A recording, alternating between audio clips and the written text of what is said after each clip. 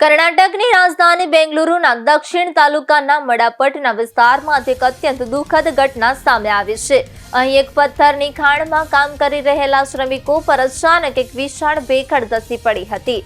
આ ગમખ્વાર અકસ્માતમાં 9 શ્રમિકોના ઘટના સ્થળે જ મોત નીપજ્યા છે। પોલીસના જણાવ્યા અનુસાર મૃતક શ્રમિકો બિહાર અને અસમના રહેવાસી હતા।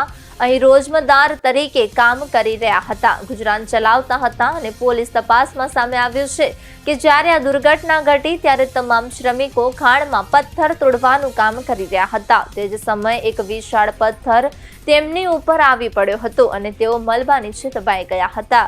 એક પ્રત્યક્ષદર્શી શ્રમિકના જણાવ્યા મુજબ ઘટના સમયે ત્યાં આશરે 18 જેટલા મજૂરો કામ કરી રહ્યા હતા। આ પથ્થર અંદાજે 40 ફૂટની ઊંચાઈએથી નીચે પડ્યો હતો। ભેખડ એટલી ઊંચાઈ પરથી પડી કે શ્રમિકોને ત્યાંથી ભાગવાની કે બચવાની કોઈ તક જ ન મળી।